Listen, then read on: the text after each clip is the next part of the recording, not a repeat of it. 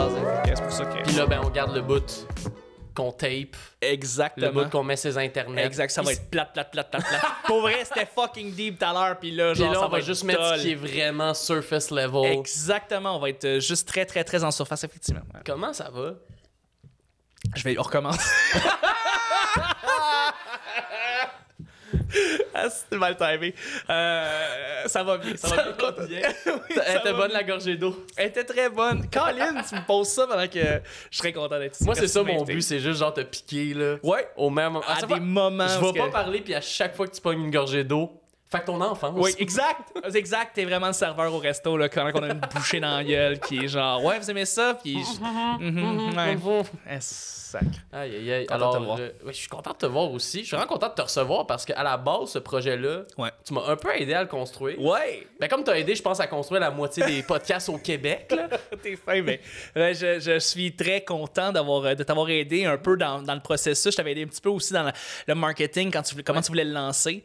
Mais j'avais tellement aimé ton idée que hey, j'étais excité, j'avais hâte de voir ça. Puis, tu sais, comme de fait, ça donne un très bon produit. Ben, merci. Merci Ouais, beaucoup. Merci à toi. Mais justement, parce que là, si on pourrait dire que dans le milieu de l'humour, Ouais. t'es comme devenu un peu le conseiller, la personne ressource en matière de podcast. Ouais, ben en fait, j'essaye. Mais en fait, je pense que ça reste. Yann Terriot est une référence C'est vrai, incroyable. Très souvent, ce qui se passe même, c'est qu'il va y avoir des gens qui veulent lancer un podcast, donc ils vont aller voir directement Yann parce qu'il écoute. Puis Yann va me référer exactement. Donc, et ça me fait toujours plaisir, en fait, de pouvoir les aider à partir des podcasts. Puis c'est ultimement, moi, ben ça me fait, c'est le fun. Je suis content. Je parle de podcast et j'en parle partout, tout le temps. Ça fait depuis combien de temps environ que t'es dans le monde Du podcast? Ouais. Depuis Ça combien fait de temps? plus de 10 ans. Ça va Ok. faire 10-11 ans. Fait que t'as connu, toi, les débuts quand... Non? Ah non, oui, début, c'est début 2000. Là. On parle de Ok. Talbot. On parle de Talbot, Ben Mercier, des Mystérieux. Ouais. Yann Terriot aussi, qui était là depuis le début. T'es rentré à quelle époque, mettons, si on peut Moi, donner une début timeline? 2000. Attends, c'était quoi? 2014, ça a été le premier. J'ai commencé à enregistrer depuis 2012. Donc, ça fait 10 ans. 10-11 ans même. Je veux dire, j'avais mon équipement. Je faisais rien avec, mais je l'avais. Mais avant, Puis t'étais j'écoutais du consommateur de podcasts. Ouais, c'est ça. j'écoutais beaucoup de podcasts là, depuis au moins 2005-2006. Puis on parle des vieux podcasts, là, Mark Maron, What the Fuck. Donc, c'était des gros podcasts dans le temps parce que c'était les seuls qui étaient vraiment très populaires et on écoutait des entrevues avec des humoristes américains dans le temps. Donc, c'est ça.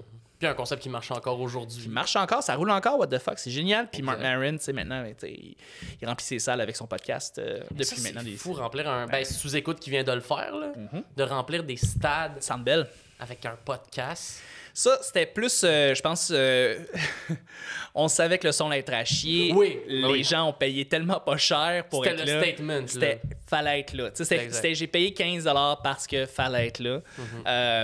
Tout le monde. Je veux dire, ce que je trouvais magique, C'est comme le monde qui se réunissent pour faire genre le record de la plus grosse pizza. Exact. T'es comme, ça va pas être la meilleure pizza au monde, mais on est là pour On faire est là, le record. on a du fun. Exact. Exact. Et là, je pense que sous-écoute. Puis, en fait, ce que je trouvais tellement beau, c'est que il y a beaucoup de gérants et d'agents qui étaient invités. J'ai été invité, moi, dans la loge pour regarder avec tout le monde en bas, là, ou par terre, puis on regardait ça aller. Puis on voyait tous les agents puis les gérants qui regardaient ça dans l'écran et on était sur, tu sais, comme on était à terre, on voyait Mike au loin et il y avait une fierté. Les agents, les gérants, les humoristes s'appropriaient le podcast à ce moment-là et c'était magique. On a vécu une espèce de moment d'euphorie c'est un peu tout nous en même temps qui est derrière ce projet-là et Mike nous l'a tellement bien rendu. Il a été magique. Puis il a démocratisé le podcast au Québec. Donc, c'est vraiment lui. Il n'y en a pas d'autres. Ben, il y en a d'autres. Il y a eu des gens qui ont influencé, il y a des gens qui ont aidé. Tu sais, genre José Boudreau. Tu sais, José Boudreau a été, oui, pendant longtemps, #1 sur iTunes. OK. Puis elle a ouvert la porte à plein de gens un peu plus... qui avaient un peu plus son âge, disons. On va dire on parle démographiquement parlant. Ouais. On parle Que son public, c'est pas des jeunes de 16 ans Non, qui exact. fument de la vape. Là. Exact, mais tu sais que soudainement, tu sais, ta tante, par exemple, te parle du podcast de José Boudreau, mais tu sais, elle te parle du podcast, elle, Exact. elle sait ce que c'est. C'est très cool. C'est très cool. Oui, ça ouvre à une démographie. Mais là, je veux savoir, c'est quand à ce moment-là, dans ton expérience podcast, que tu es passé de consommateur à j'ai envie d'en faire. Hein. C'était une espèce de crise. J'ai fait une école de radio, puis j'ai rien fait avec le diplôme. J'allais devenir animateur radio professionnel. Puis, c'était une voix très radiophonique. Ben, Là. t'es Ça, fin. on va pas se T'es fin. mentir. FM. Je suis content. T'es fin. J'aimerais merci ça que tu beaucoup. m'annonces la météo. Ben, écoute, présentement, il fait 15 degrés. Puis, fait que mettez votre petit pull. Je voulais juste. joué. Ouais, je sais pas. Hein, j'avais rien à dire. Je pense que c'est une espèce de crise qui s'est passée. Je voulais m'exprimer, je voulais animer. En fait, animer, c'était vraiment plus ça, mon désir, animer des choses. Et j'ai rien fait avec mon diplôme, et là, j'ai fait un job que j'ai plus ou moins aimé pendant très longtemps. OK. C'était où? Je travaillais en supervision sécurité. C'était... Fait que t'étais comme gardien de sécurité. Oui, ou superviseur aussi. Là, Parce que ça, c'est un enfant, on se connaît. Ouais. Puis je sais que tu m'en avais déjà parlé. Puis il y a une partie de moi qui était capable de croire que t'es capable de menacer quelqu'un. J'ai atteint le fond du baril à ce moment-là, Ok. tu sais, vraiment. Puis, pas que présentement, je dénigre la profession. Il y a des gens qui adorent être là, puis il y a des gens qui sont bien là-dedans. Mais pour moi, qui est un très grand créatif, je me suis ramassé dans le pire des milieux pour moi. Ouais.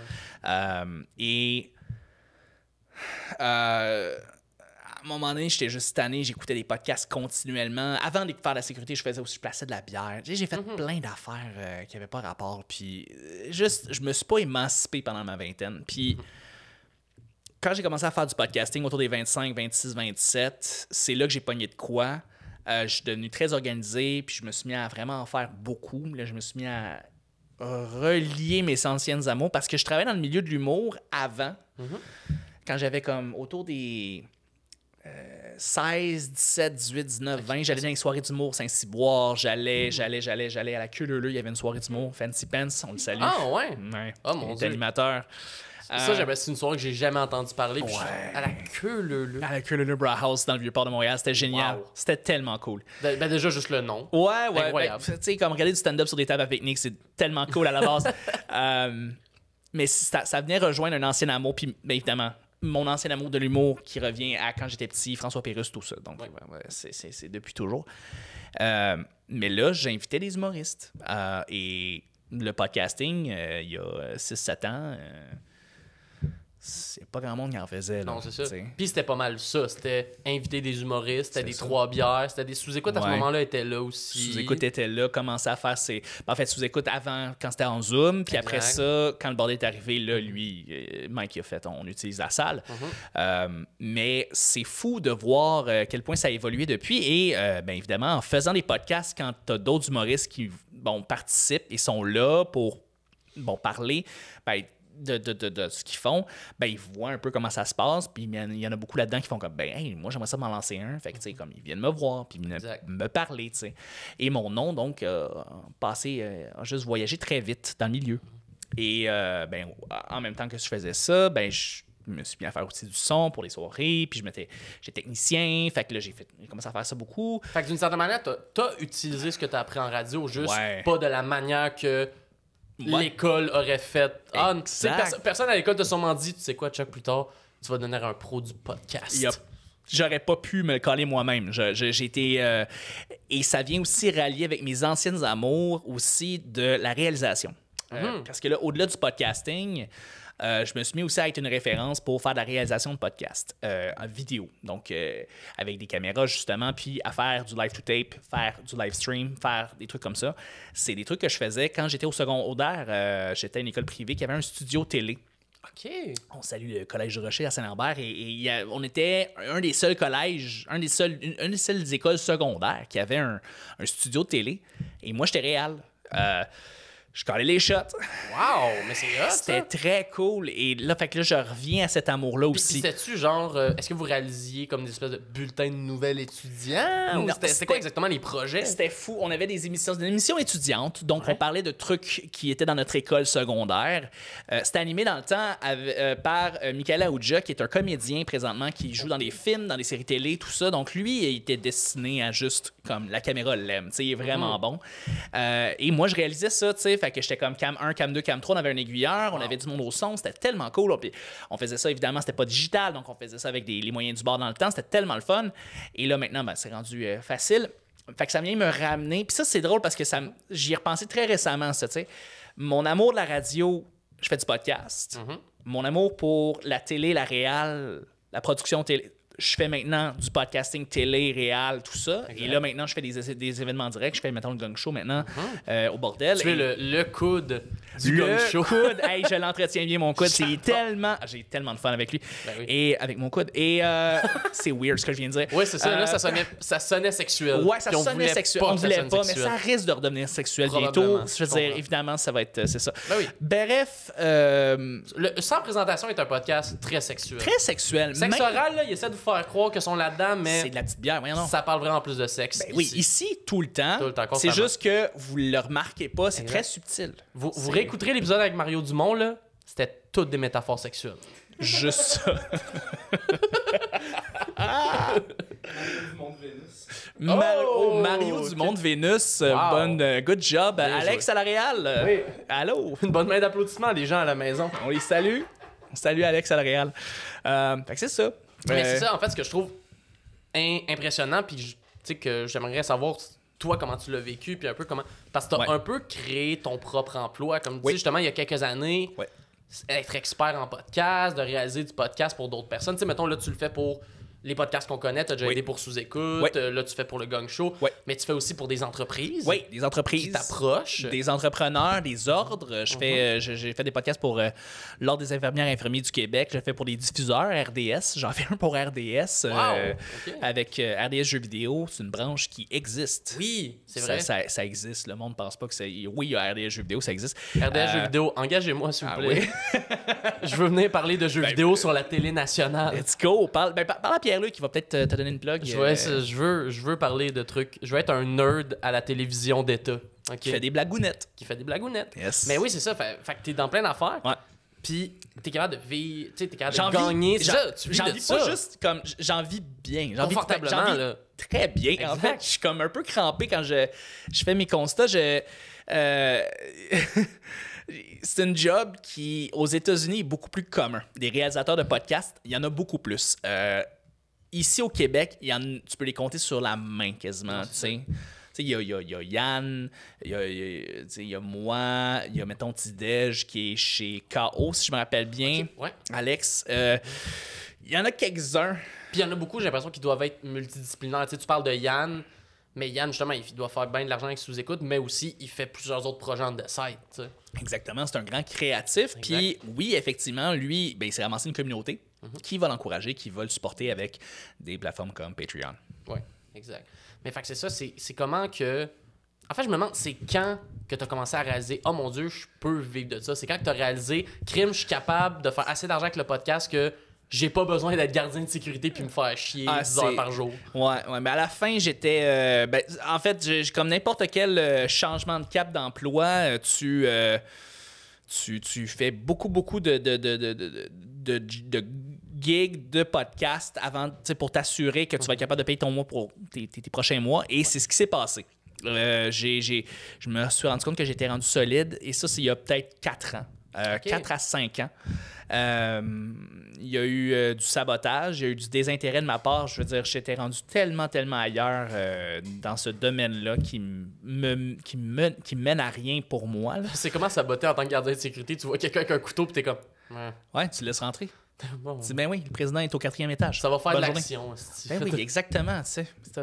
Mais il faut dire aussi que c'est un milieu qui est... T'es un pion. T'es un pion. Mais moi, je me rappelle, parce que t'es pas la seule personne que je connais qui a travaillé là-dedans. Là. J'ai parlé avec du monde, puis Ouais, ça, Cédric. c'est comme poche parce qu'on dirait que c'est vendu comme ben, tu es un gardien de... Juste le nom. Non. Tu es le gardien de la sécurité. Non. C'est gros, ça. Tu rapportes des choses. Tu parles de trucs qui se sont. Tu vas rapporter qu'il y a quelqu'un qui a perdu un manteau quelque part. Tu vas contacter. Quand il y a des incidents, tu fais rien. Tu n'interviens pas. Tu appelles la police. Tu fais rien. Là, pour moi, c'est ma perspective. Il y a des gens qui aiment beaucoup cet emploi-là, puis c'est correct et je respecte à 100%. Ah oui. Mais c'est ça. Pour moi, qui veut utiliser son cerveau tout le temps, d'être créatif, mon Dieu, c'était le pire emploi et je l'ai fait beaucoup trop longtemps. J'en retire pas beaucoup de choses, à part mon anglais, en fait, qui est pas mal parfait à cause de ça, parce que c'est un milieu qui est très anglophone à la base. Mais juste, c'est de même ou c'est comme il y a un besoin du métier? C'est le métier qui va venir recruter des gens qui viennent plus souvent qu'autrement de la communauté anglophone. Donc, des gens qui viennent de beaucoup de nationalités différentes aussi, parce que c'est un emploi qui est comme assez facile de te faire engager quand... Puis aussi, c'est un emploi qui est payant quand même. Je veux dire, quand tu deviens superviseur, tu sais, comme ça devient payant facilement. Donc, il y a des gens qui vont rester là aussi. Fait que, je veux dire, il y a des avantages, il y a des défauts, il y a des inconvénients, tout ça, mais pour quelqu'un qui a toujours travaillé dans le milieu de l'humour, en fait, du moins, toujours été inspiré par le milieu de l'humour... C'est un gars de radio, je suis un gars de com. Que j'ai aucun rapport là. Fait que, voilà. Puis là, tu as commencé ton podcast, Le Petit Bonheur. Ouais. C'est d'où que t'es venu l'idée du Petit Bonheur? En fait, on peut peut-être expliquer le concept du Petit Bonheur pour ceux qui ne le connaissent pas. Ben oui, en fait, Le Petit Bonheur, c'est le podcast que j'anime. En fait, là, présentement que j'animais, il est présentement sur la pause, il est sur la glace depuis un petit moment. Mais il y a beaucoup de stock à aller réécouter. Si vous voulez aller le checker, là, il y a 1100 épisodes. C'est ça, là. Ouais. Vous avez du stock à rattraper avant qu'ils décident de le reprendre, là. Oui, effectivement. Quand je vais le reprendre, ça va être une autre forme, mais j'avais vraiment fait je voulais faire un podcast quotidien. Puis ça n'existait pas au Québec. C'était le seul. Puis que je voulais faire un petit épisode pour monsieur, madame, tout le monde qui voulait juste prendre à s'en aller au travail, étudier, peu importe, 20 minutes, ça s'écoute bien, c'est le fun. Alors, c'est ce que j'ai fait. J'ai fait des centaines d'épisodes. Parce que c'est ça, là, t'es rendu à beaucoup d'épisodes parce que à tous les jours, à toutes les semaines, puis surtout à chaque semaine, c'était un invité différent. C'était comment ça à gérer? Parce que, of course, on va dévoiler le voile un peu. T'enregistreras pas un 20 minutes à chaque jour. Quoi? Tu révèles? Désolé de crier ton secret, là. Mais gars, je pensais pas que ça allait être ça, ce podcast-là. Je suis déçu, là. Je suis déçu. Désolé de t'avoir expose devant tout le monde, devant l'industrie. Devant l'industrie au grand complet, qui gardait ce... En fait, pas qui gardait, ils ne savaient pas ce secret-là, mais... c'est du booking. Chris, oui. C'est tellement du booking. C'est ridicule. Et à un moment donné, tu te tannes de faire ça. Tu te tannes de juste booker continuellement. Et c'est un peu là-dedans que je suis présentement. Parce que, bon, tu le sais, tu en enregistres des podcasts, puis tu fais du booking, c'est pas évident. Ah, c'est pas facile. Non, c'est pas facile. Mais surtout quand tu veux avoir des conversations intéressantes, quand tu veux avoir du monde avec qui... Tu sais, moi, mon booking aussi, l'affaire, c'est que je veux y aller avec du monde que je connais, que je communique. Je veux pas inviter quelqu'un juste parce que c'est un gros nom si je sais pas qu'est-ce que je vais lui dire. Ouais. Je comprends tout à fait. Faut que tu aies un propos, faut que tu aies déjà une idée, faut que tu aies déjà un angle, faut qu'il y ait de quoi. Absolument. Parce que sinon, ça donne un podcast plat. Exactement. Puis il y a bien quelque chose qui me manque des podcasts présentement en 2022. Beaucoup de tranches de podcasts, c'est de la pertinence. Tu veux que ça soit pertinent. Tu veux que les gens ressortent avec quelque chose qu'ils ont appris, quelque chose qui leur permet de se dépasser, tu sais. Mais c'est ça, pour revenir au podcast, dans le fond, finalement, ce qui se passe, c'est que j'enregistre 5 épisodes avec l'invité. On reçoit un invité, on a des collaborateurs, fait qu'on est toujours comme 4-5 autour d'une table et on parle de 2 sujets. Des sujets très, très légers qui sont faciles à juste parler dans la vie, comme ça, tout d'un coup, comme... des débats comme moutarde de Dijon contre moutarde de baseball. Des gros débats. Des gros débats de société. Écoute, on déplace de l'air avec ça. Exact. C'est fou. Puis c'est ça, fait que là, tu as commencé le podcast. L'idée, justement, il n'y avait pas de... En gros, il n'y avait pas de podcast quotidien. Tu t'es dit, je vais essayer cette formule. C'est ça, j'avais la place à moi tout seul. Donc là, je pouvais proposer justement un podcast comme ça. Et ça a été pour vrai très le fun parce que ça m'a permis de me développer en tant qu'animateur. Ça a pu me permettre de me développer en tant qu'organisateur, producteur, idéateur, concepteur, writer, tout. Puis aussi, tu as pu te créer une équipe autour de toi. Oui. Tu sais, je me rappelle, tu avais tes chroniqueurs, tu avais Oui. genre ton équipe de personnes qui venaient souvent Absolument. pour t'assister. Oui. Oui, puis il y avait des réguliers, puis il y avait aussi un roulement avec des gens qui venaient ici en Exact. parcimonie. Ça, c'est très le fun aussi. Puis je m'ennuie de ça. Je m'ennuie de ça, d'organiser ça. Puis là, oui, là, présentement, c'est ça. Là, j'ai expliqué vaguement, mais c'est ça. C'est sur la glace. Ça va faire un changement de forme. OK. Et je sais pas en quoi ça va sortir trop, mais je veux repartir le Est-ce format que ça sur va d'autres être encore choses. tous les jours? Non. Fuck! Je pense que c'est comme la question la plus obvious. C'est la question la plus obvious. Non, ça ne retournera pas à tous les jours. Je sais pas. Je vais voir comment je vais faire ça. Je passe sur un Patreon avec ça. Je sais pas. Exact. Mais il y a de quoi que je trouvais intéressant dans ce que tu parlais, c'était tu sais, justement, tu as connu beaucoup de podcasts, tu as vu beaucoup de podcasts, tu as une expérience par rapport aux podcasts. Ouais. Puis, tu sais, souvent, en fait, tu sais quoi, il y a une question déjà qui me revient en tête. Il y a beaucoup de monde qui parle d'à quel point il y a trop de podcasts. On dirait que c'est comme un running gag. Ouais. Tout le monde a des podcasts, il y a trop de podcasts. Absolument. Je me demande qu'est-ce Comme que... les humoristes. Exact, mais je me demande qu'est-ce que tu en penses, toi, de cette question-là. Est-ce que tu penses que c'est vraiment... Il y en a trop? Est-ce que... Non? Non, il n'y a pas trop de podcasts. Il y a des podcasts qui se ressemblent énormément. Oui, 100%. Et on a l'impression qu'il y a beaucoup de podcasts qui vont parler de la même affaire dans le même angle, avec les mêmes personnalités, puis ça va ressembler un petit peu au même. Il n'y a pas trop de podcasts. Il faut que les gens soient capables d'être un peu plus, j'allais dire créatifs, mais ce que je veux dire, c'est que tu peux vraiment avoir ton angle. Tu peux être quelqu'un d'unique, un animateur, une animatrice unique. Tu peux apporter ton propre angle et il faut être capable d'avoir regardé un peu qu'est-ce qui se passe dans ton domaine, qu'est-ce que tu veux parler. Tu veux parler des dés à coudre? OK, parfait. Il y en a d'autres, des podcasts de dés à coudre. Il y en a d'autres, je le dis tout de suite, il y en a d'autres. Désolé. On parle des dés à coudre. OK, parfait. Tu écoutes les autres, tu regardes qu'est-ce qui se fait, puis tu te démarques, tu prends ton angle, tout ça, mais tu vas pas te mettre à faire ce que tout le monde fait. Mais parce qu'au final, j'ai l'impression, puis un peu comme l'humour, c'est très démocratique. Si tu fais comme tout le monde, Non. ben quelqu'un le fait le mieux que toi. Fait que Il pourquoi... va. Exact. Tu sais, justement, le fait qu'il y en a tellement, ça fait que, ben pourquoi j'irais m'abonner à celui qui me sert à rien? Exactement. Il y a des podcasts que j'écoute juste à cause de la voix de l'animateur. Juste, j'aime la voix de l'animateur.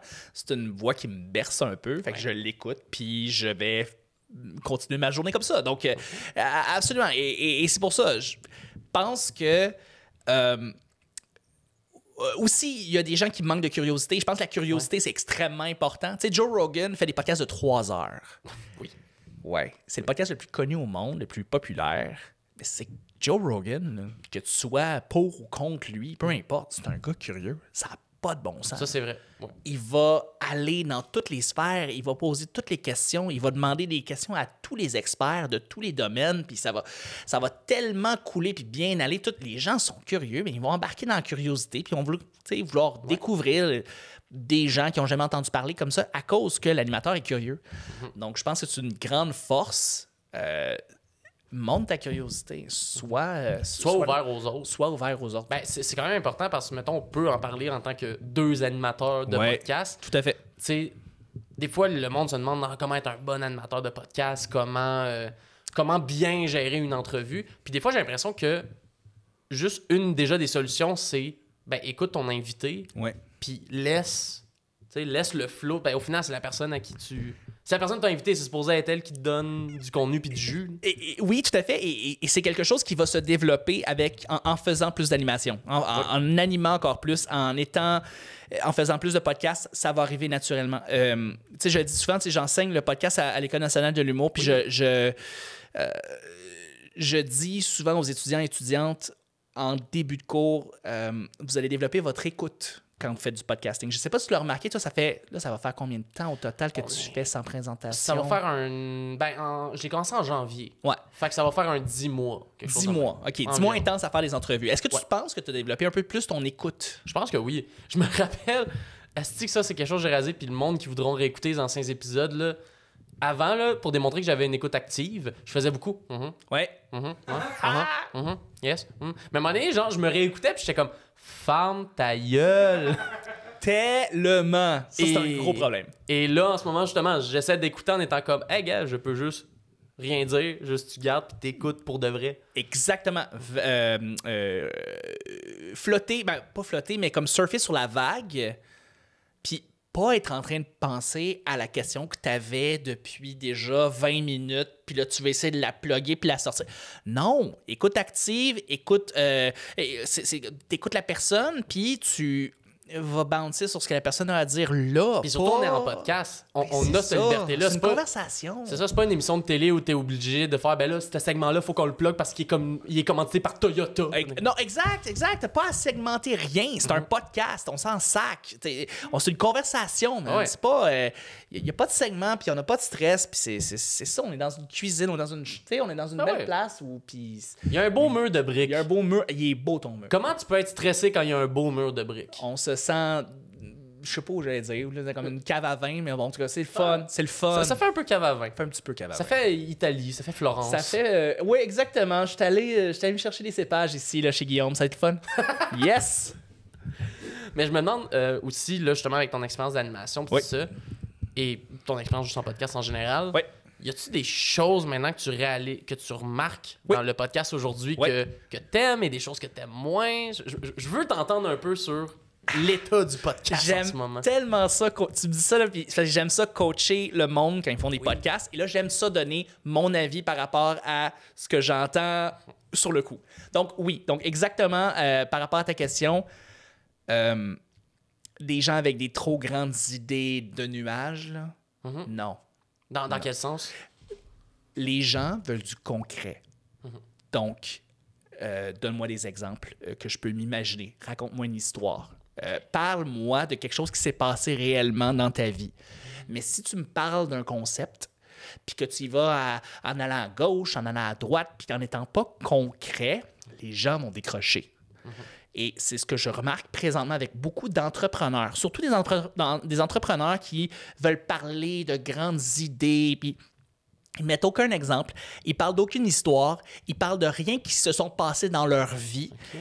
Et là, ils veulent plus exprimer une genre de philosophie. Oui, puis tu le sens qu'il y a un peu d'ego aussi là-dedans. Puis fait que c'est des gens qui, c'est ça, ils savent pourquoi ils font un podcast, ils veulent agrandir leur auditoire, ils veulent avoir un meilleur SEO. Puis tu sais, je veux dire, ça a plein d'avantages d'avoir un podcast. Le SEO qui est juste peut-être pour les mots. Oui, bien sûr, effectivement, le Search Engine Optimization. Donc, si tu as une entreprise et que tu décides de faire un podcast dans ton entreprise et que tu réfères évidemment beaucoup ton podcast à ton site web, ça va aider Google à remonter dans les recherches et les gens vont utiliser des podcasts parce que c'est comme un peu des blogs, c'est-à-dire comme les textes en fait qui vont aider beaucoup à retrouver surtout que des sites web les podcasts, d'entreprise. c'est l'une des dernières affaires qui est autant interconnectée à plein de plateformes. Exactement. T'es connecté partout. Fait que si tu connectes ton podcast d'entreprise à ton site web et que tu le fais rouler, puis que tu fais des bonnes descriptions, des bons mots-clés, ton SEO va remonter. Donc, parce qu'indirectement, la personne qui écoute ton podcast sur Spotify va aussi aider les stats de ton site. Exactement. Vu qu'ils sont tous branchés. Exactement, tout est branché. Donc, il y a des gens qui veulent, par ego, parler de grands concepts sans nécessairement donner d'exemples concrets. Et les gens décrochent. C'est plate. Puis ça, est-ce que c'est quelque chose que tu vois plus dans l'entrepreneurial ou même dans le podcast plus, ben là j'allais dire plus loisir, mais tu sais le podcast que la plupart du monde font? Moins au niveau de l'humour, parce que les humoristes sont habitués de raconter des histoires, sont habitués de raconter des blagues, tout ça. Donc ça, j'ai pas vraiment à dire « Hey, je me suis emmerdé ». Mais avec un entrepreneur qui lance un nouveau podcast ou des podcasts que je coach présentement, quand je sais qu'il n'y a pas eu assez de concret, je le dis tout de suite, les gens vont passer à côté de ce podcast-là parce que l'invité qu'on a reçu est trop dans les grandes idées puis pas dans qu'est-ce que tu peux faire concrètement avec les idées que tu expliques. Donc, c'est bien... ça, c'est ce que j'ai remarqué là, beaucoup. Qu'est-ce qui fait un bon podcast? Être concret. Tu l'entends quand quelqu'un est passionné. C'est la meilleure chose au monde. Quand quelqu'un est passionné, tu embarques avec la personne passionnée. Tu l'entends dans sa voix, tu l'entends dans son énergie. C'est quelque chose qui est juste... je sais pas, tu peux pas vraiment le décrire, mais c'est un automatisme. C'est un automatisme. Ça rentre dans tes oreilles, tu es juste excité puis tu vas embarquer avec la personne. La passion, c'est une très grande clé. Quelqu'un qui est curieux, on a parlé tout à l'heure, la curiosité. Je veux dire, t'as beau pas connaître le domaine de l'invité que tu reçois, bon, oui, la préparation, c'est immensément important, mais la curiosité, je vais revenir sur la préparation. La curiosité, juste de poser 1001 questions en tant que pur inconnu, puis de poser des questions que les gens qui écoutent, qui sont peut-être dans la même position que toi, ben, se demanderaient, ben ça, c'est important de le faire, justement. Puis même, je sais plus c'est où que j'avais entendu ça, mais puis on dirait que j'essaie d'appliquer ça comme conseil, puis des fois, ça fait aussi que j'ai l'air d'un imbécile, mais c'est de faire de la recherche, mais pas trop non plus. Non, tu veux pas connaître le CV au complet de la personne, parce qu'au final, t'as plus de questions à poser. Tu veux découvrir la personne, donc tu te laisses beaucoup d'espace. Donc oui, tu vas laisser des grandes lignes, et on va revenir sur, justement, la préparation. Oui. Prépare-toi. Je veux dire, présentement, j'enseigne à des nouveaux étudiants et étudiantes qui, beaucoup d'entre elles et d'entre eux qui décident de dire, ben moi, je vais avoir 2-3 mots, ma structure ne sera pas écrite, puis je vais improviser pendant 1 heure. No. Ouais, non. Très mauvaise idée. Très mauvaise idée. Surtout oui, si c'est quelqu'un qui a pas fait d'impro avant. Là. Même quelqu'un qui a fait de l'impro, ça marche, là, mais... Ça. C'est comme... J'essaie d'imaginer, là, quelqu'un qui a jamais fait d'impro essayer de faire une impro d'1 heure, puis c'est un symbole de la torture, j'ai l'impression. Parce qu'il y a beaucoup de gens qui pensent que conversation... Ben, tu sais, ça veut dire une conversation, t'as pas de texte, c'est une conversation normale. Non, donc, moi, je parle avec mes amis à tous les jours, il n'y a pas de problème. Ah, mais personne ne veut l'écouter. Personne ne veut l'écouter, ta conversation. Puis aussi, c'est ça. Et ce qui est la belle ironie là-dedans, c'est que tu veux que ça soit une conversation. Un podcast, c'est une conversation, mais structure-toi. Structure-toi, fais-toi une structure. Mais c'est comme l'humour. Oui. L'humour, une des premières affaires qu'on nous dit quand on commence à faire de l'humour, c'est c'est écrit à la virgule près, mais il faut que tu donnes l'impression que tu viens d'y penser. Exactement. Il faut que tu donnes l'illusion, mais en réalité, toi, tu t'es préparé, puis tu t'es guiré, puis toutes tes affaires sont prêtes. Exactement. Puis je pense que c'est ça, prépare-toi. Fait que là, j'ai donné plein de trucs, là, mais oui, c'est ça. Sois concret, fais structure-toi, prépare-toi. Les pré-entrevues. Mon Dieu, les pré-entrevues. C'est-tu quelque chose qui se fait beaucoup en podcast? Oui. Ah ouais? Ben oui, absolument. Puis ça vient évidemment de la radio, où est-ce que tu avais beaucoup de recherchistes qui venaient faire des pré-entrevues avec des invités. Mais dans le podcasting aussi, là, appeler ton invité une semaine avant pour lui parler un petit peu de comment ça va se passer, repasser à travers les sujets que tu vas parler, les questions que tu vas poser. Est-ce que ça, je peux en parler? Est-ce que, tu sais, c'est... Puis pour la personne, après ça, qui anime, ça coule de soi, ça aide énormément. Donc, oui, la pré-entrevue aide énormément. Donc, quand tu as ça marche très, très bien. Puis après ça, ben, te réécouter. Est-ce que tu as du fun à te réécouter? Si tu n'as plus de fun à te réécouter, il y a un problème. Tu veux faire un podcast parce que tu te dis, crime, je peux parler d'une passion, ou je peux communiquer d'une certaine manière qui va se distinguer des autres. Ouais, si t'as la misère à t'entendre, tu t'en vas où, mon chum? Ça se peut, là. C'est ça, exact. Fait que, réécoute-toi, puis réanalyse, puis les moments qui sont moins bons, essaye de les ajuster. Donc, il y a beaucoup de travail sur ton podcast tout autour de ça, la base. Puis, un bon podcast, évidemment, la constance. Sortir un épisode à chaque semaine, à la même date, tout le temps. Ça t'aide autant pour ton noyau d'auditoire qui va grandir petit à petit, mais que aussi tu vas remonter plus rapidement dans les chiffres, les statistiques, dans l'algorithme. Donc, aussi la constance, c'est probablement le truc numéro 1 que je dis au monde. Il y a beaucoup de monde encore qui sont comme, ben je vais sortir un podcast au mois. OK. Ouais, c'est quelque chose de plus tough. Si tu veux pas, par exemple, grossir un auditoire, tu veux juste sortir un épisode de temps en temps, fait que tu le fais au mois, OK. Si ton but, c'est de faire connaître ton entreprise, de parler de ta passion, de remonter dans justement le SEO, ça risque d'être semaine, 2 semaines minimum, mais c'est ça, sors ça plus fréquemment. Ben, je me demande justement qu'est-ce que tu en penses, parce que là, mettons, aux semaines, c'est ça aide à construire un auditoire, au mois, plus tard. Qu'est-ce que tu penses, parce que là, on dirait un trend qui arrive de plus en plus, surtout avec ce qui est, mettons, plus narratif ou plus les podcasts high concept, le monde qui font déjà une saison et la sortent toute d'une shot. Oui. Qu'est-ce que tu en penses? C'est quoi les avantages? Quoi les désavantages? J'aime beaucoup. Je suis un fan. Moi, j'écoute des mini-séries, justement, des épisodes en 7-8 épisodes, puis c'est tout. Puis je le binge listen, comme on dit. Là, je suis là-dedans. T'sais. Mais bon, l'avantage, c'est que bon, tu as tous les épisodes d'une shot. Sur le coup, si c'est bien marketé, tu fais un gros coup de clic. Ça, c'est très le fun. Mais bon, si tu veux que les gens reviennent sur ta plateforme, il n'y aura pas de récurrence. Là. Ils sortent tous d'une shot. Fait que ça a été un gros coup le temps que ça a sorti. Peut-être que tu voulais raconter une histoire de A à Z d'un coup. C'est pas... Si tu veux, c'est ça, faire grandir ton auditoire, c'est pas la meilleure façon de sortir tes choses. Par contre, je veux dire, pour certains... Il y a certains podcasts qui veulent ça, qui sont faits pour ça.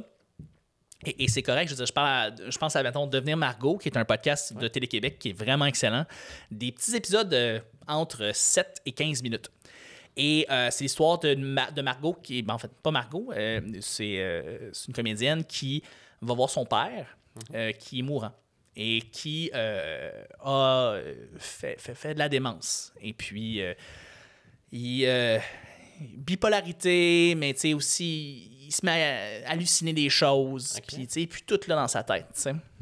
Et puis, ben lui, le père, quand il voit sa fille, mais il l'appelle Margot. Mais c'est pas ça son nom. Je pense que c'est Maïka, en fait, son nom de comédienne. Et elle décide de jouer le jeu pour découvrir qui est Margot. Alors, il rentre dans les passés de son père, qui est Alzheimer aussi. J'avais oublié de le dire, mais il est Alzheimer.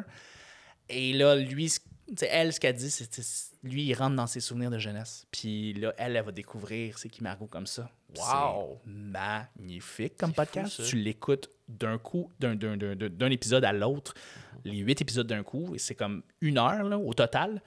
Tu vas faire un trip d'auto, là. Sors les mouchoirs, tu vas capoter. Mais ça sort. Tu peux pas sortir ça à la semaine. Non, sors ça d'un coup, puis tu binge listen ça, tu écoutes cette histoire-là de A à Z, c'est extraordinaire. Ça, c'est quelque chose, j'ai l'impression, qui aide dans les podcasts, mais qui a aussi aidé à la télé. Oui. Tu sais, maintenant, la possibilité de sortir une histoire d'un coup et qu'on n'a plus besoin de faire genre ouais, mais il faut que ce soit un format de 20 à 22 minutes parce que là, il faut qu'on mette des pubs, puis là, ben, il faut que ce soit. Faut que ça dure tant d'épisodes parce que là, tant d'épisodes, ben, c'est ça notre grille horaire qu'on a besoin.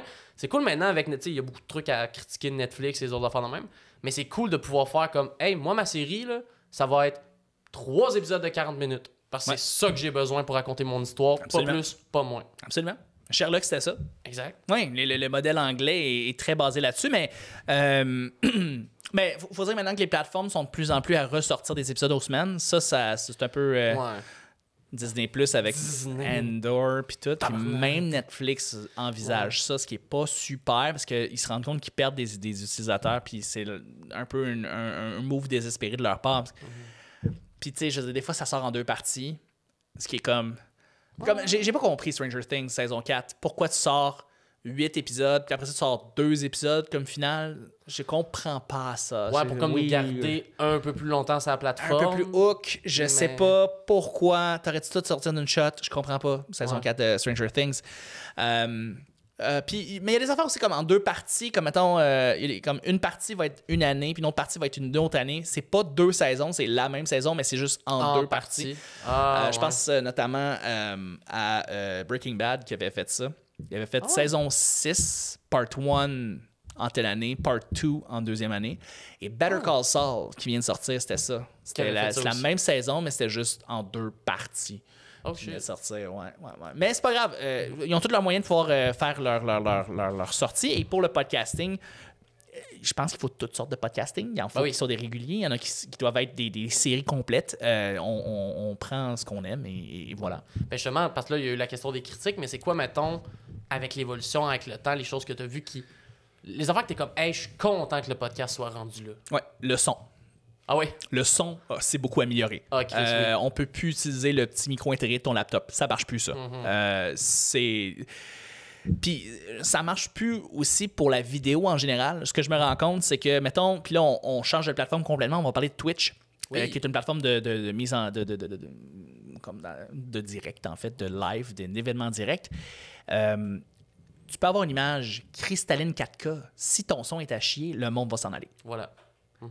Mais si ton son est vraiment excellent, puis ton image est 360p, là, le monde va rester. Le son est plus important que l'image, même si les gens s'attardent plus à travailler l'image en général, travailler comment ça look. Le son est plus important. Même chose pour le podcast. Le podcast, faut que tu ailles un minimum, faut que tu ailles une base. Je veux dire, j'enseigne pour pouvoir offrir des outils. J'essaie de trouver des outils qui vont être gratuits. Je veux que le podcasting reste démocratique et entièrement gratuit, de A à Z. Dans tout ce que tu as besoin. On parle c'est faisable. C'est faisable. L'hébergeur, tu peux avoir un son qui va être très bon pour $0. Voilà. Il faut juste que tu t'y prennes d'une certaine manière, mais ça se fait. Mais si tu as un peu de moyens, oui, effectivement, tu peux aller investir dans un équipement qui va donner un très bon son. Et, comme là, c'est sûr, la base. C'est ironique qu'on dise ça avec des gros mic Rodecaster. Qui sont incroyables, donnent un travail incroyable. Je les recommande. Mais mettons, pour donner un exemple, là, nos caméras en ce moment, petit secret du métier. Tantôt, j'ai révélé ton podcast. Let's go. Maintenant, je révèle le mien. Vas-y, mon cher. Nos caméras, avant, je faisais du montage. Ouais. Ça prenait tellement de calices de temps parce que là, il fallait que je fasse comme... Le temps que j'enregistrais le podcast, c'était le temps qu'il fallait que je remonte. Oui. Puis là, c'était comme, oh non, c'est des journées, là, des fois. C'est long. Alors que là, maintenant, on fait du live to tape. Fait que là, maintenant, on enregistre. On a justement d'ailleurs Alex qui change les... Fais donc des changements de cadre. Yeah! Et justement, et ça, techniquement, on l'a fait avec 2-3 câbles, les mêmes caméras qu'on avait, 2-3 câbles et OBS, qui est genre un logiciel de streaming. Entièrement gratuit. Et ça, c'est une affaire que, mettons, dans le monde professionnel, tu aurais besoin d'une machine qui coûte 800, voire 1000 piastres. Oui. Et aujourd'hui, on a accès à des outils qui peuvent te permettre de le faire pour genre 20. Oui, exactement. Ben, c'est ça s'est beaucoup démocratisé. Puis même les machines, les aiguilleurs qui permettent de changer de caméra coûtent tellement pas cher. Ils n'ont jamais coûté aussi peu cher et aussi accessible et de donner autant de possibilités, en fait, de fonctionnalités. C'est qu'il y a encore beaucoup de débrouillardise. Il y a encore beaucoup de débrouillardise, mais maintenant, tu peux faire une émission télé pour pas grand-chose. Tu peux donner un rendu quasi télé pour pas grand-chose. Ce qui est très impressionnant, en fait. Ça s'est beaucoup démocratisé depuis les dernières années, puis ben, c'est cool, ça va continuer à l'être, puis ça va continuer à devenir de plus en plus facile. Exact. Et c'est tout à l'avantage des podcasteurs, des créateurs, des créatrices qui veulent rajouter une valeur ajoutée, ils veulent ajouter une certaine valeur à leur podcast, commencer à le faire en vidéo. À la base, un podcast, c'est un médium audio, là, c'est de la radio, là. En fait, c'est la petite sœur de la radio, mais Alain, c'est un peu comme YouTube, qui est la petite sœur de la télé. Fait que, voilà. Puis une autre affaire qui aide beaucoup à démocratiser le podcast, c'est le Festipod. Ouais, Festipod, mon Dieu, c'est vrai. Ben ouais. Check-moi ça, la belle transition. Tabarouette, toi avec tes liens, c'est incroyable. Ouais, effectivement, le Festipod, qui était mon petit... qui est un festival de podcast. Que tu organises avec l'aide de plusieurs autres... pros du podcast. Une équipe solide. Exact. Et vraiment une équipe solide, puis des organisateurs, puis ouais. Depuis sa 3e édition, on est extrêmement... C'est comment que ce projet-là a starté? C'est mon amie Fanny, en fait. Fanny de La vie secrète des geekettes, qui est un podcast de geek, en fait. Et Fanny... Un podcast de geek, mais qui est aussi très aim à justement les femmes. Oui. Et qui est un milieu, malheureusement, que les geeks, on dirait, c'est très encore gatekeepé, c'est pour les dudes. Même encore en 2022. Ouais, exact. Encore aujourd'hui. Ouais. Elle voulait organiser un festival de podcast. Elle a demandé mon aide et après ça, on a des gens qui se sont greffés de petit à petit. Et initialement, on était supposé faire ça le 20 ou le 19 mars 2020. Oh! Ouais. Ouais. Ouais. Le go nous a pété ça, là, solide. Le go... T'as ruiné le podcast. Exactement. que je te vois pas sortir un Patreon, mon tabarnak. Hey, c'est un esti, lui. Non. Le 3 octobre, malheureusement, je pense... Non, ça va sortir le 3 octobre. Aujourd'hui, là, les gens qui sont pas encore allés voter, là, votez pas pour Legault juste pour ce qu'il a fait au podcast. OK? On s'en fout, là, la fonderie Horn, nous en parlons correct. C'est du passé, c'est un détail. Mais pour ce que Legault a fait au podcast, il rentre pas le 3. C'est qui le parti qui est le plus pro-podcast? Clairement, Québec. Ben, en fait, il y a beaucoup... QS, parce que Gabriel Nadeau-Dubois avait fait un podcast. Il a fait un podcast? Ben oui, absolument. Ah ouais, dans les Je sais studios. qu'il avait été invité, mais... Oui, c'est quoi? C'est le comité des idées dangereuses, si je me rappelle bien, qui était son podcast qui avait tourné au studio SF. Fait qu'ils ont il y avait un podcast, en fait, Gabriel Nadeau-Dubois, pendant qu'il était chez QS, là, pendant qu'il était chef de parti, là, il y avait son podcast en parallèle. Et ça, ce serait fou, pareil, qu'un jour, le premier ministre ait un podcast. C'est malade. Pour de vrai. Au Parlement qu'il y ait une salle podcast. Ben oui, mon Dieu, je serais tout le temps là, oublie ça. C'est clair. J'aimerais tellement ça. Mais tu sais, je sais pas, c'est un parallèle un peu weird, mais tu sais, comme Doug Ford avait une émission radio. Oui, effectivement. Et c'était le maire de Toronto. Oui, exactement. Ouais. Rob Ford, oui. qui n'est plus, malheureusement. Oui, puis Doug Ford qui a pris ça. Puis là, lui aussi, je pense qu'il y avait une émission radio. Fait que tu sais, des dirigeants ou comme des gouverneurs ou des gens qui viennent des gouvernements qui viennent aussi en même temps avoir une émission, il y en a. J'ai aussi qu'il y a un président de pays qui a un podcast. Excuse-moi, mais on dirait que je suis juste en train d'imaginer François Legault qui veut annoncer les nouvelles en santé puis qui est comme, mais avant, mon commanditaire Raycon. Ça serait drôle. Bonsoir tout le monde. Et mon code sur Raid Shadow Legends.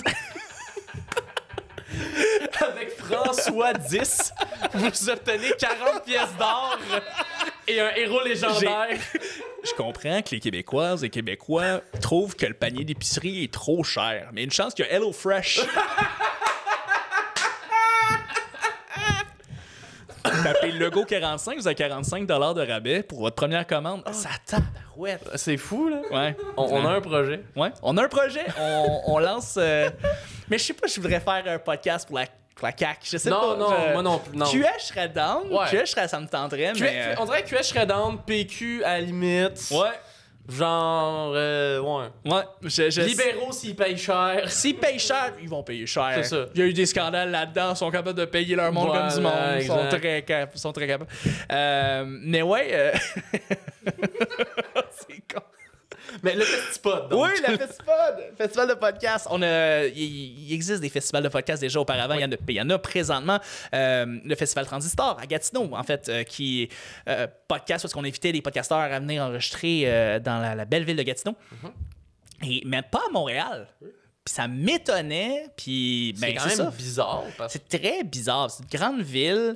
Il y a d'autres festivals de podcasts ailleurs dans le monde, mais pas à Montréal. Alors, Fanny est venue m'approcher, m'a demandé. J'ai dit oui, on a greffé des gens. Et là, maintenant, c'est la 3e édition. Ça va sur la 4e. Ça va bien. On est content. On invite des créateurs, créatrices. On essaie d'inviter des podcasts de tous les horizons, pas juste des podcasts d'humour.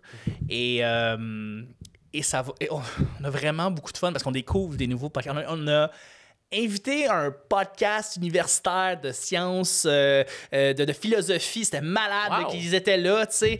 Il y a des podcasts de true crime. On a invité du true crime parce que ça marche super bien. On est tombé en amour avec les filles de Un peu de crime dans ton café qui étaient là l'année dernière. J'avais aucune idée c'était qui. Puis ils sont juste venus et les filles donnent un show. Ça n'a pas de bon sens à quel point c'est bon. Après ça, on a eu Distorsion. Fait que c'était comme, c'était le regroupement des podcasts de True Crime. C'était le fun. Fait non, c'est un podcast, c'est un festival qui est très le fun. Ben oui. Et là, c'est ça. On vient de terminer la 3e édition. Ça va sur la 4e. On a des plans, ça va bien. On est content. Mais c'est cool. Puis, mettons, là, d'avoir. Parce que là, on dirait que c'est une réalité qui existe de plus en plus. Tantôt, on a parlé de sous-écoute, mais juste les podcasts qui, on dirait, virent de plus en plus au live. Oui. D'enregistrer des podcasts live. Oui. On sait qu'il y a, mettons, Couple Ouvert qui maintenant fait carrément des tournées de podcasts live. Oui. Même chose pour aussi Sexe Oral, si je me rappelle bien. Ils font Sexe Oral. Tout à fait. Comme animateur, toi, c'est quoi, mettons, les conseils que tu donnerais entre la différence d'animer un podcast comme là, on fait en ce moment, on jase, on est là, et un podcast devant public que là, c'est une interaction qui est différente, veux pas? Oui, il faut que le podcast soit pas mal le même, à l'exception que là, tu sais que tu as un auditoire, il faut que tu sois conscient de ton auditoire. Il y a une chose que j'aime beaucoup de Couple Ouvert, c'est qu'ils disent au monde, tu sais, comme préparez-vous, tu sais, riez, ayez du fun, puis tout. Puis je suis comme, oui, effectivement, c'est un show. C'est pas juste un podcast, ça devient un show. Donc, fais en sorte que ce soit un show, puis je pense que Tom et Steph font une super job. Je pense la même chose pour Dr.G, malheureusement... Sexe oral, donc, mais Dr.G qui est... je sais pas c'est quoi son nom déjà. Je me rappelle plus. Dr.G et Lisande. Oui. pense qu'elles font aussi un super travail. Elles donnent un show. Et fait que tu fais un bon podcast, tu fais un bon show, les gens sont contents et les gens qui écoutent ont aussi du fun. Et ça peut juste être bénéfique. Donc, fais en sorte que ce soit un show et pas juste... ben, tu sais, je veux dire, si, mettons, on en faisait un sans présentation comme face à face de même, puis on fait fi, mettons, de tout le monde qui était là. Tu sais, puis je veux dire, je sais pas si l'épisode avec Guy Jourdain est sorti. Oui, exactement. Sorti, effectivement. Et quand il était venu, live au Minifest, quand il est venu, il était très conscient de ça. Puis il a donné un show. Puis c'est comme si on était 400 dans la salle. Exact. Il était hallucinant, Guy Jourdain. C'était incroyable. Il sait comment divertir, puis c'est Monsieur Entertainer. Fait que je pense que c'est ça, d'avoir aussi des invités aussi qui sont, tu sais, des invités un peu pognés ou qui ont peur ou qui veulent que tu veux les inviter en direct. Non, invite pas ces gens-là, invite des gens qui ont une capacité de show. Ouais, c'est ça, pas peur du public, en fait, qui vont être là. Puis essayer de faire des surprises. Je veux dire, c'est en direct. Je sais aussi que... Mettons aussi, je vais prendre Décideret. Décideret fait beaucoup de spectacles, de podcasts en direct. Puis ils font toujours quelque chose de spécial pour les gens en direct. Donc, ils vont faire des éditions spéciales. Puis tu sais, c'est les rois de... comment on appelle ça, les épisodes hors série. Là, mais tu sais, comme Community font des... comment on appelle ça? C'est des épisodes qui sont pas dans les séries régulières. C'est comme des séries... Des specials. Des specials. J'allais dire des spin-offs, mais ça, c'est pour une série au complet. Non, c'est pas des spin-offs, c'est ça. C'est des specials. Fait que c'est pas la série régulière, c'est des specials. Donc, on fait une émission complètement différente avec les mêmes animateurs. Community, c'était les rois des specials si vous aviez écouté cette émission-là. Puis pour les podcasts, c'est la même chose. Fait que là, à la place de faire des scies et des raies, ils ont fait des pis et du lait récemment. Et c'était tellement drôle. C'était tellement parfait, là, tu sais. Puis ils font des specials. C'est les rois des specials. Fait que fais quelque chose de spécial pour puis est-ce que tu penses justement là comme booker de festival ou du moins, tu sais... Oui. Est-ce que tu penses que tous les podcasts ont un potentiel de live? Ou tu penses qu'il y en a certains qui sont plus ajustés à ça que d'autres? Il y en a qui sont plus ajustés que d'autres. Il y en a que je verrais pas. Par exemple, j'ai fait un podcast, j'ai produit avec Martin Périsolo un podcast qui s'appelle Vieux Garçon. Oui. Où est-ce qu'on parlait de relations. Et Martin recevait des amis et on parlait de relations, toutes sortes de relations, en fait. Les blondes que tu as eues, les ex que tu as eues, les chums, les relations actuelles, toutes sortes de... Et c'était un podcast très intime. Je pense pas que... Ouais, devant le public, ce serait moins... Devant le public, ça fit pas. C'est pas pour ça. Les gens veulent écouter des histoires, puis c'est entre Martin, son invité, puis c'est ça. Fait que il y a des podcasts que oui, fit moins avec le live. C'est pas impossible ça aurait pas été impossible de faire un Vieux Garçon live, c'est juste il aurait fallu vraiment l'ajuster, puis je pense pas rendu là que le public aurait embarqué. Ben ça aurait changé, on dirait presque la formule, le core de c'est quoi l'idée de ce podcast là. C'est un podcast fait pour, tu sais, c'est intime. C'est fait pour ça. On rentre dans l'intimité de quelqu'un, fait que c'est normal que ce soit intime. Exact. Fait que le flow aurait pas marché peut-être devant 200 personnes. Là, non, exact. 100%. Mais justement, tantôt, tu as parlé des crimes dans ton café, mais est-ce qu'il y a d'autres podcasts que tu as découvert avec le Festipod que tu aimerais shout-out de faire comme « Ah, ça... » Ben oui, attends, je vais juste le repasser rapidement, mais tu sais, il y a la gang d'Arcade Québec qui sont venus. Oui. Du monde super fin qui sont venus pour faire un podcast direct devant public. C'est juste de la lutte. C'est juste de la lutte. Oui. J'ai vu leur début. Là. C'est un show. C'est juste de la lutte. À la base, c'est un podcast qui est très énergique, mais devant public, c'est comme si c'était un gala de lutte. Le monde est dedans, c'est le fun. Il embarque à fond. Le monde de lutte sont intenses en général. C'est tellement intense, le monde de lutte. C'est une religion. Parler avec quelqu'un qui aime la lutte, là, ouais. Tu viens de découvrir l'histoire des 20 derniers WrestleMania puis tu l'as même pas demandé. Non, exact. Et ils vont t'en parler longtemps et ça va être lourd. Puis des fois, ils vont te dire des noms puis tu vas être comme, je sais pas qui est Mr. PC Boy, mais il y a de l'air bien smart. J'embarque là-dedans, let's go, parle-moi-en. Il a cassé la clavicule à Madame Snake. Exact. Cool. Oh, attends, t'as sorti de pancarte? OK, bon, qu'est-ce que tu fais avec ta pancarte? Tu m'expliquer quoi avec ça? Tu sais, oh, t'as une chaise, qu'est-ce que tu fais? Tu veux me montrer une clé de bras? Bon. Le monde de lutte sont intenses, mais c'est ça, c'est juste la lutte, c'est vraiment intense. Puis, autant à l'écoute qu'en live, les gars sont là pour donner un show, tu sais. Fait que, ouais, j'ai une belle découverte, là. Depuis l'année dernière, en fait, on les aurait invités cette année, mais, tu sais, c'était vraiment... puis, ouais, c'est ça. C'est juste de la lutte. C'est très cool. Puis là, Chuck... Ouais. C'est quoi le futur du podcast? Et là là. Où ça s'en va, cette affaire-là? Je pense que le futur du podcast, c'est plus pertinent, meilleur au niveau technique, plus de diversité. Mais là, j'ai l'impression pour la technique, désolé de te couper, j'ai l'impression qu'avec les studios, ça aide beaucoup aussi. Oui. Parce que là, maintenant, de moins en moins de monde font leur propre setup. C'est plus, hey, je vais aller dans un studio qui a déjà le setup. Avec le technicien qui sait comment faire pour avoir du bon son, avoir une qualité. Oui, tout à fait. On est rendu là. Et c'est très bien. Je veux dire, on a tous un studio de podcast maintenant. J'en ai un moi-même. Puis je veux dire, on fait tous on invite tous maintenant des clients, des gens à venir faire leur podcast dans des studios qui sont faits pour ça. Ouais. Donc, encore une fois, meilleure qualité, une plus grande diversité de sujets aussi. Mais je pense que là, on a vraiment... Tu sais, j'ai parlé de podcast de Déacoud, là. Ah ouais. Tu sais, je l'ai dit un peu en blague, mais c'est sûr qu'il y en a. Oui, on fouille, écrivez Déacoud sur Spotify, puis il y a de quoi qui va sortir. Exactement. Donc, c'est ça. Allez voir les podcasts de Déacoud, mais aussi, je sais pas, peut-être aussi un peu plus de considération pour des gens, puis pour des sujets, puis pour des trucs qui sont peut-être plus sensibles. Je veux dire, on est là-dedans, on va en avoir plus de podcasts qui vont être considérants. Qu'est-ce qu'on pourrait dire d'autre? PL, c'est quoi l'avenir du podcast? Ouais, qu'est-ce que tu veux voir dans l'avenir du podcast? Moi, je pense qu'il va y avoir de plus en plus de live. De plus en plus de podcasts live, oui. Les shows, oui, mais aussi, tu sais, comme sur les plateformes Twitch. Oui. Twitch. Mais c'est vrai que on a parlé, on a survolé Twitch, mais c'est une plateforme, on dirait qu'au Québec, on est en retard là-dessus. Ouais. Puis c'est une plateforme qui est très le fun quand les streamers arrêtent de triper sur des filles de 15 ans. Oui, non, c'est excellent quand tu veux pas quand tu décides de pas triper sur des bruits sonores puis du ASMR sexy.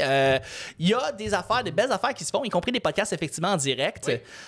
On parle de Twitch, mais tu sais, peut-être aussi YouTube, parce que Twitch est en train de mourir un peu. Là. Ouais, ça regarde mal. Ben, tu sais, c'est justement, on dirait qu'Amazon veut plus tant le supporter. Puis là, il y a tellement il y a tellement de drama par rapport à tellement de streamers que là, c'est comme... On dirait que Bezos, il est comme, on va s'en débarrasser, on va faire des moves pour tranquillement s'en aller, mais YouTube Live est en train de prendre le dessus et je pense que oui, effectivement, les podcasts live, c'est quelque chose qui va arriver de plus en plus parce que je pense qu'on va essayer d'optimiser aussi les enregistrements parce que c'est du trouble enregistrer. Là. Tu le sais, là. C'est de l'éclairage, c'est des caméras, c'est du branchage. C'est tellement long. C'est aussi long faire un setup de podcast que de faire le podcast. Donc, de mettre ça en direct, d'aller chercher des abonnés comme ça, d'enregistrer en même temps, de le republier par exemple. Donc, faire une pierre, 3, 4, 5 j'ai l'impression qu'un bon exemple de ça, puis c'est un exemple sur lequel tu travailles qu'on n'a pas trop parlé, mais c'est le Gong Show. Mais c'est pas un podcast à proprement dire. Je veux dire, on l'a mis maintenant en format podcast. Mais dans le sens que vous avez fait... show, mais c'est quand même une pierre en 3 coups. Oui. Dans le sens qu'il y a un spectacle qui se fait qui remplit le bordel. Oui. Qui là est diffusé en live pour ceux qui peuvent pas être là, qui veulent le voir. Pour les gens Patreon. On remplit, tu sais, on vient aider beaucoup de notre Patreon comme ça, oui. Exactement. Qui là après devient un épisode qui sort maintenant en vidéo et en audio. Oui. Et qui, après ça, on les utilise des extraits pour, Anto et Charles qui font de la promotion, eux autres aussi de leur côté. Exactement. Donc, pour eux, ça fait de la promotion pour leur propre plateforme. Donc, il y a comme, on passe à travers là, plein de façons d'optimiser justement ce que tu fais avec le Gong Show. Il faut dire aussi qu'il y a une équipe derrière le Gong Show. C'est pas juste Anto, Charles et moi. Il y a aussi du monde aux réseaux sociaux. Il y a du monde, Philippe Le Bourdet, qui est photographe, qui est extraordinaire, qui va faire de la promotion pour le Gong Show à chaque semaine et qui s'occupe aussi des réseaux sociaux. Je veux dire, on a une plateforme, mais effectivement, dans un spectacle, on va l'optimiser pour qu'il fasse 8 affaires. C'est important. Et on est très content, c'est un très bon succès. Effectivement, là, on l'a mis en format podcast parce qu'on sait qu'il y a des gens qui veulent l'écouter juste en audio dans leur voiture, ils veulent pas voir nécessairement, sauf pour les numéros visuels. Il y a une couple de numéros visuels que ça marche pas vraiment. Tu sais, le monde va skipper là, fait que je pense que vraiment YouTube c'est l'endroit, mais c'est ça. Le Gong Show c'est devenu un podcast, même si initialement c'est juste un show. C'est un show de découverte, de show d'open micer, de gens qui viennent essayer des affaires pendant 3 minutes. Je me rappelle, quand j'ai commencé en humour, puis qu'on a commencé à se rencontrer, il y a un moment donné où tu avais réessayé de faire de la scène. Ouais. Est-ce que tu penses un jour réessayer et peut-être faire le Gong Show? Parce que là, en ce moment, au Gong Show, on te connaît comme, tu sais, tantôt, je faisais la joke du coude, mais comme... c'est mon coude qu'on voit. Mais tu sais, t'es le tech du Gong Show, puis souvent dans beaucoup de tes projets, tu sais, tantôt, je disais, t'es sûrement l'un des gars les plus importants en podcast, et pourtant, je pense que, tu sais, sais, mettons Mike Ward, le monde fera comme « Oh mon Dieu, c'est Mike Ward! » Oui. Non, effectivement, je suis énormément derrière la scène, mais je suis pas très, très devant la scène, effectivement. Oui, pour répondre à ta question, oui, on m'a donné une espèce de pression indirecte, en fait, venant de... Hey, j'ai fait petit peer pressure. un petit peer pressure en fait devant. C'est qu'on a fait un espèce d'épisode live du Gang Show. On faisait pas le Gang Show, mais on repassait à travers un épisode. Puis là, on avait le public qui venait nous poser des questions. Puis là, il y a beaucoup de monde qui posait Chuck, tu vas te faire la scène, tu vas te faire 3 minutes, tu vas te faire la scène, tu vas te faire 3 minutes. Puis j'ai flanché. Puis j'ai dit oui, je vais le faire. Puis là, Charles étant Charles Deschamps, on parle de Charles Deschamps ici, qui met des deadlines sur tout. Ben parce que Charles, il veut te voir le faire. Il veut pas juste te dire que tu vas le faire. Comme poussé, il a poussé lui, avec de son côté. Là. Ouais, c'est ça. Fait que là, ben, j'ai ça. J'étais un peu pogné à le faire. Fait que là, je sais pas trop qu'est-ce que je vais faire, mais je sais que je vais le faire. Puis oui, j'ai fait de la scène. J'en ai fait quand on a commencé à se connaître, mais j'en ai fait comme 15 ans auparavant. Ben c'est ça, parce que tu faisais un retour, en fait. C'est un retour, exactement. Puis je venais juste comme tester les eaux un peu. J'étais pas là pour avec un but de comme juste me dire genre je me relance dans le stand-up. Non, j'aime la scène, j'aime le micro, j'aime les rires, les vagues de rire. Tu sais, il n'y a rien qui bat ça. C'est extraordinaire. C'est le meilleur feeling au monde. Puis je voulais revivre ça. J'ai l'impression que c'est tellement une phrase à 2 scènes que je vais dire, là, mais comme... Pour savoir si tu veux faire de l'humour, c'est pas est-ce que t'es bien quand il y a des rires. C'est est-ce que t'es capable de résister quand il y en a pas. J'ai l'impression que c'est ça qui montre vraiment qui est un humoriste. Effectivement. Tout le monde veut avoir des rires. C'est facile d'avoir des rires. Si tu la caméra, tu... Ah, lâché? Bon, ben ça continue d'enregistrer quand même. Au moins, tu vas... C'est une petite coupure. Salut, Guillaume du futur. C'est bien correct. Est-ce que tu peux remplir l'eau en même temps? Si c'est possible, je prendrai un petit peu d'eau. Non, c'est correct. C'est chill, il n'y a pas de problème. Pas de stress. Effectivement. Le lag aussi, ça peut être à cause du framerate. Ça se peut très, très bien. Quand, mettons, est en 30, puis OBS... est en une autre affaire. Mettons, OBS est en 30, puis ça, c'est en 60, puis ou le contraire, ça va juste se mettre à stutterer pour aucune crise de raison. Aussi, tu demandes à ta caméra aussi, depuis un petit moment, de faire juste envoyer un signal HDMI. C'est vrai. Elle va chauffer. D'ailleurs, un des trucs, c'est détache l'écran de l'autre côté pour laisser passer l'air et la chaleur. Ça aide énormément, en fait. Ouais. Tu vois, en ce moment, si vous trouvez que l'épisode, il y avait des trucs qui avaient de l'air bizarre ou il y avait des bugs techniques, Charles vient tout vous expliquer pourquoi. Puis il y a aussi la caméra il y a une petite option pour pouvoir tolérer la chaleur à une plus haute intensité. Donc ça aussi, tu peux l'activer de ton côté. Donc, non, j'en ai des ZV1. Exact, tu sais comment ça fonctionne. Bien. Ça fonctionne bien, c'est une très belle petite machine. Puis, c'était une demi-heure, sinon elle explosait. Ouais, exact. Ouais, on salue Canon. Le struggle des caméras. Ouais. Fait que c'est ça. Fait que pour revenir en fait à la question, oui, je vais refaire de la scène pour le Gang Show. Yeah. Est-ce que je vais faire de la scène à l'extérieur du Gang Show? Je sais pas encore. Mais disons que là, je m'en vais... parce que là, c'est ça. Là, je suis tech, je suis consultant, je suis enseignant. Je fais des productions live, je suis réalisateur, je vis extrêmement bien. T'es un homme de beaucoup de chapeaux. Beaucoup de chapeaux. Là, je me rends compte que je veux faire de plus en plus de création. La création, de la fiction, de l'écriture. Donc, c'est ça que je m'en vais faire. Puis aussi le fait que le petit bonheur, bien que j'ai animé pendant près de 8 ans, quasiment les podcasts à tous les jours, j'étais animateur, mais je me mettais pas beaucoup de l'avant. C'est-à-dire qu'il y avait comme une différence. Je mettais beaucoup mes collaborateurs puis mes invités de l'avant. Puis moi, je me retirais. Puis là, j'essayais juste d'être comme le modérateur, puis de pouvoir dealer avec justement chacune des personnes qui parlaient. Mais je me mettais pas beaucoup de l'avant. Donc ça, c'est quelque chose qui s'en vient dans les prochaines années à venir. Mais c'est vraiment nice. Écoute, Charles Chuck. Mais c'est ça l'affaire avec ton nom Facebook, je sais jamais comme c'est quoi le nom. C'est que tout le monde m'appelle Chuck. Voilà, tout le monde t'appelle Chuck. Mais mon nom original, c'est Charles. Voilà. Et j'adore mon nom. Et là, je suis un peu pogné avec cette affaire-là, Charles Chuck. Et je sais pas, à un moment donné, il va falloir que j'allume puis je me mets juste Charles, peut-être. Je sais pas encore. C'est bien correct. Mais peu importe. Merci beaucoup. Merci à toi sur le podcast. Ça a vraiment été le fun. Mais merci à toi. Merci à Alex. Oui, merci beaucoup à Alex, encore une fois. Tu poses des bonnes questions. T'es un très bon animateur. Je veux dire, merci, en tant que de podcasteur à podcasteur, tu fais une job de feu. Ton écoute est très développée. Et je pense que tu vas continuer à développer ton écoute, mais tu es très bon avec justement le fait de rebondir avec les questions. Tu es très bon. Ben, merci beaucoup, ça fait plaisir. Mais là, c'est à moi de mettre le spotlight vers toi. OK. Parce que si on veut suivre tes projets, si on veut suivre les affaires sur lesquelles tu travailles, où est-ce qu'on peut trouver tout ça? Ben écoutez, si vous voulez écouter Le Petit Bonheur, qui est mon podcast, c'est Le Petit Bonheur sur toutes les plateformes de podcast. J'enseigne le podcasting à l'École nationale de l'humour. Je l'enseigne aussi à l'UDA. Puis aussi au cégep de Thetford Mines, mais ça, c'est pas trop important. Mais tu sais, comme on peut s'inscrire si on veut apprendre à faire du podcast sur le site de l'École nationale de l'humour. Et on fait ça entièrement par Zoom. Donc, on a des gens qui viennent de la Belgique, il y a des gens qui viennent de Tadoussac, qui viennent. Puis moi, je trouve ça merveilleux de pouvoir connecter avec des gens qui viennent de partout. Aussi, ouais, c'est ça, Instagram, Chuck is Chuck. CHUCK, CHUCK, c'est mon Instagram en fait. Voilà. Et peut-être TikTok un jour. Peut-être pas. Peut-être. On sait pas. Tout le monde est sur TikTok. Tout le monde est sur TikTok. Mais c'est ça, j'ai pas encore. Je suis pas bon en danse, fait que on va. Puis sinon, on peut écouter le Gong Show. Oui, le Gong Show avec Anto et Charles. Anthony Rémillard, Charles Deschamps. Les deux animateurs, c'est présentement là, ce qui, tu sais, en termes de projet créatif, c'est ce qui m'allume le plus. On a, c'est un party à tous les mercredis soirs quand on enregistre.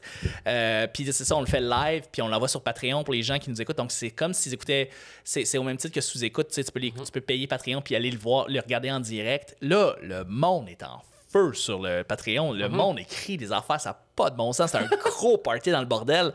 Et c'est un immense... c'est un immense bonheur, puis c'est un immense privilège de pouvoir faire ça à toutes les semaines. Donc, le Gong Show, en fait, c'est la place à aller. C'est vraiment le fun. On a beaucoup de fun. Merci beaucoup encore. Merci à toi. Passe une bonne journée. Merci, toi aussi. Et vu qu'on est le 3 octobre aujourd'hui, allez voter, les gens. Allez voter, les gens. Allez voter, c'est important. Puis pas pour le go, c'est ça que tu sembles me dire? Non. Je vois pas, non. T'as dit ça tout à l'heure? Non. T'as dit le go? Je vois pas, non. T'as dit tout à l'heure, le Festipod, il a été cancellé à cause de Legault. Faut pas voter pour lui à cause de ça. De quoi tu parles? J'ai jamais dit ça. OK.